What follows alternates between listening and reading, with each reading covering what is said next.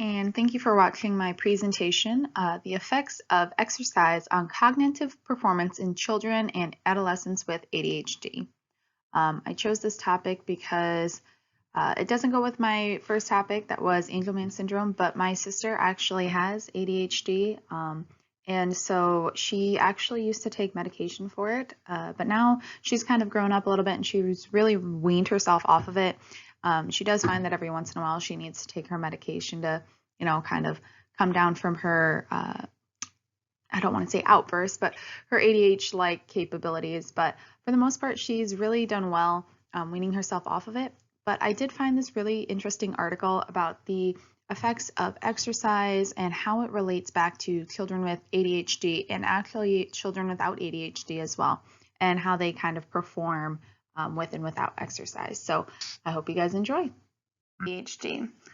Well, according to the paper that I read, ADHD is a neurodevelopmental disorder characterized by inattention and/or hyperactivity and impulsivity diagnosed in children before the age of 12. So I have a medical background, and it is really tough to diagnose some of these children with ADHD because if you've ever worked with children or you've ever been around a child, they're all very inattentive. They don't pay attention for very long. They have very short attention spans. They're all very active and very excitable, and they want to go run and do things. But these kids have it more so, and it's not just the inattention, hyperactivity whenever, it's really in that school setting. So that's where it really comes out as a diagnostic criteria, is it has to be in a school setting.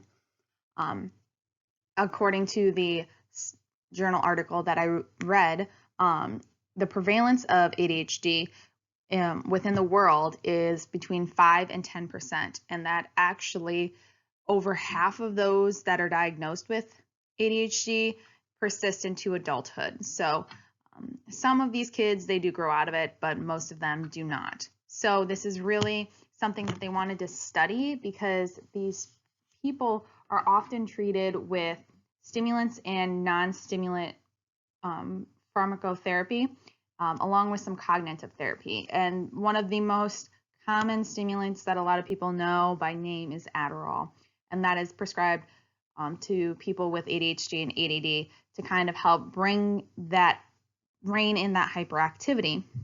But a lot of the stimulants show positive effects in symptomatology for those with the ADHD, but about a quarter of them who take the pharmacotherapy don't actually respond well, and they can actually have adverse physical and psychological effects along with taking these medications. So they really wanted to see what else they could prescribe in order to help these children other than the pharmacology. And so they were really looking into the physical activity and the exercise, because it's really easy to get a kid to run and to jump and to be physically active, and hopefully helping with the cognitive abilities that they need. According to my journal article that I read, a child has to present at least 6 of the 9 symptoms to be placed in either the inattentive and or hyperactive category for ADHD. This is according to the American Psychiatric Association's Diagnostic Statistical Manual for Mental Disorders, so the DSM-5. A child has to be diagnosed with 3 of these. So inattentive, hyperactive, and impulsive as a combination.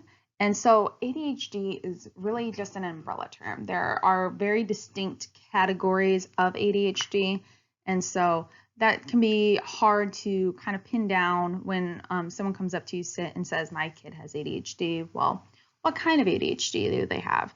So it makes it hard to talk about that sometimes. The symptoms, though, that are really associated with inattentive ADHD is just that really easily distracted, the kind of squirrel moment that everybody likes to joke about. They're very forgetful. They don't have great organization skills, and they have really low perseverance, so they don't really kind of get motivated themselves. Those who have the hyperactive and or impulsive category of ADHD are very impatient. They really want that instant gratification for things. They have difficulties inhibition,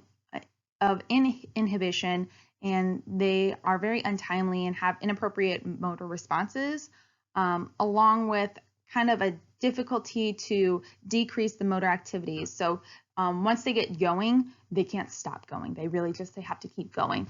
And sometimes that comes up at the worst possible time. And so all three of these show deficits, show pitfalls within cognitive functions, and really within the executive functions that everybody needs at the core of their brain. And those executive functions, there's a picture on the slide there for you, but they are your working memory, your cognitive flexibility, and your inhibitory control. And these children really lack either one, two, or all three of the executive functions. And this is really needed for school, for jobs, and basically for life. And so these students often struggle within school because they don't have the working memory or the cognitive flexibility or the inhibitory control.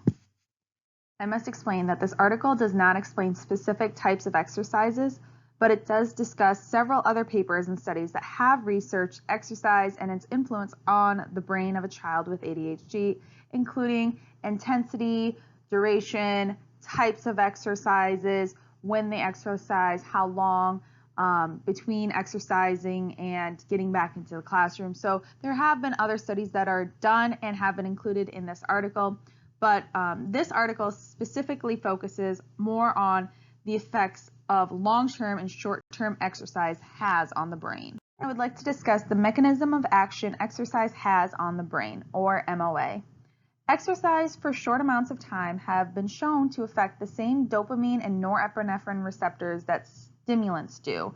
So NE is norepinephrine and DA is dopamine, and basically they're affecting the same places in your brain that stimulants do, like Ritalin, which is a very common medication for kids with ADD and ADHD.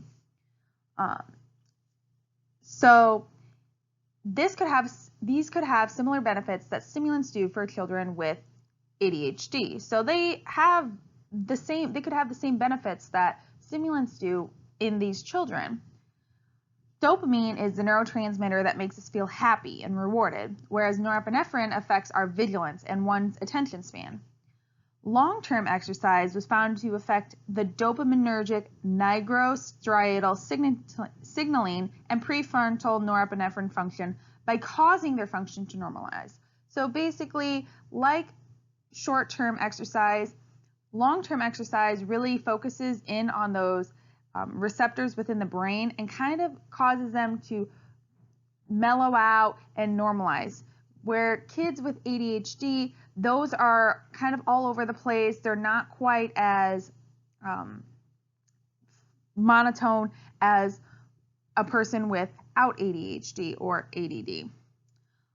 Acute exercise has also been shown to increase brain-derived neurotrophic factor, or BDNF. And this controls communication signaling between nerves and neuroplasticity. And I've just provided the definition of neuroplasticity on the slide for you there as well. This neurotrophic factor is also responsible for nerve maturation, cell differentiation, cell movement, cell growth, and survival. So BDNF is important for a lot of cellular and neuronal and just brain development, and that's super important in kids with and without ADHD. Obviously, it's important for anybody because we all want our brains to grow and mature at the way they're supposed to. So I've provided a graph comparing both short-term exercise and long-term exercise that they provide in the article.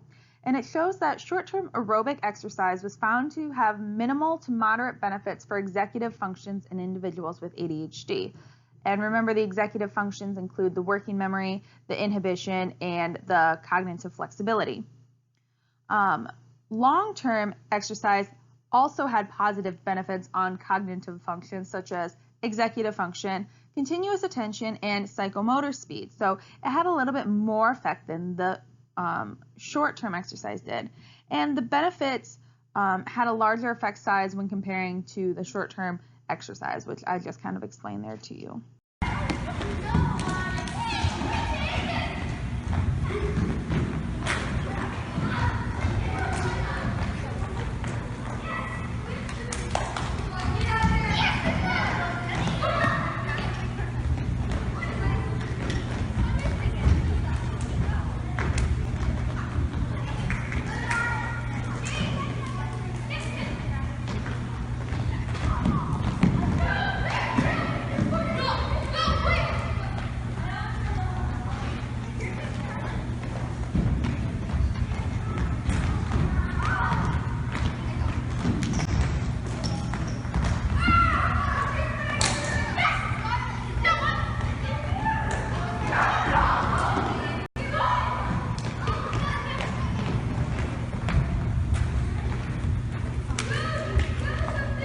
The article doesn't specifically point out what type of exercises to do. It does prove the effects of both long and short-term physical activity has on cognitive function and the brain.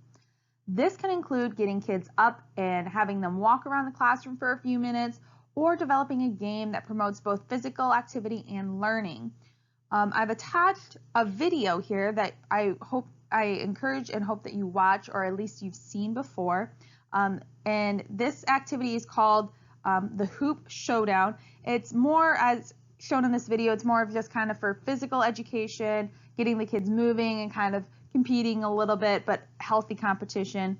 But instead of using the rock, paper, scissors that they show in the video, a teacher or an instructor can provide questions, including math equations, English questions, science questions, basically any kind of subject that they're trying to teach their kids, and they can kind of incorporate that to whichever student answers correctly first wins and moves on by hopping through the hoops. And this kind of gets kids up and moving, promotes healthy competition, as well as promotes learning, and gets those neuroreceptors and neurotransmitters really working and moving within the brain. All right, students, so to begin, we're going to do the jumping jack math game. Woo! Okay, so what is 4 plus 6? 10. That's correct. Good job, guys. Okay, so now we got to do 10 jumping jacks. Ready? 1, 2, 3, 4, 5, 6, 7, 8, 9, 10. Good job, everyone. Okay, next, what is 7 minus 3? 4. 4. Good job, class. Okay, ready? 4 jumping jacks. 1, 2, 3, 4. Great. Okay, now we're going to do a little toughie. We're going to do some multiplication. Okay, what is 5 times 3? 15. 15. Good job, guys. Okay, ready? 15 jumping jacks. And 1, 2, 3, 4, 5, 6, 7, 8, 9, 10. Good job, class. Okay, now everyone take a seat, and we're going to write down these problems so we can see what they look like now that we know the answers. Words of warning or just words of caution. Just remember that there is some time to take effect for both acute and long-term exercises. It's not always going to be instantaneous, but for the most part, children will learn better when they're up and moving or after they've just been up and moving for a while. this paper doesn't discuss the intensity and duration, so there is a downfall with that. There does need to be more studies done with intensity and duration to hopefully find a better effect, better cause of the changes within the neurotransmitters. And again, it doesn't really specify types of exercise. While it does talk about other articles that promote the benefits of running versus horseback riding versus yoga versus meditation versus lifting weights versus just purely aerobic exercise, this paper does not discuss that, and there needs to be more studies done in order to prove the benefits of one versus the other or all of them together. But all in all, the takeaway of this presentation of this article is to just get kids up and moving. Physical activity is not only great for the child's physical health, but their mental, emotional health as well. And this has been proven time and time again, not only with children, but with adults, just people in general. And so this can really help kids with ADHD who have that overstimulation, who have that hyperactivity, who really just need almost more stimulation in order to bring them down a little bit and kind of help with their memory and they're focusing their attention a little bit more. I really enjoyed doing this presentation for you guys, and I really hope that you enjoyed watching the presentation. I have included a link to the article within the slides, but I will include one at the end here as well. I hope you all have a great day, and I encourage you to learn a little bit more about physical activity and ADHD.